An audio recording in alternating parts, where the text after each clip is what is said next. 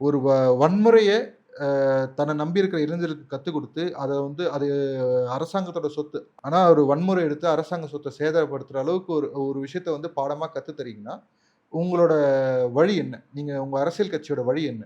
நீங்க ம். இன்னைக்கு இருக்கிற நாகரிகத்தையும், கலாச்சாரத்துக்கும் நீங்க ஒன்று போறீங்களா? ஊரோட ஒன்று போறீங்களான்னு. தமிழ் தேசியம் பேசக்கூடியவங்களுக்கே ஒரு கேள்விக்குறியா தானே இங்க வந்து நிக்குது இவர் பேசுறது. இது மொத்தமும் தமிழ் தேசியத்துல பெண்கள வந்து இழிவுபடுத்தணும்லாம் எங்கேயும் சொல்லல.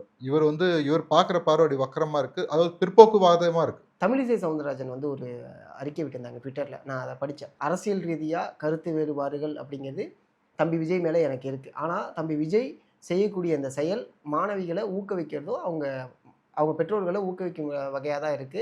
இது ஒரு மோட்டிவான ஒரு விஷயம் தான்.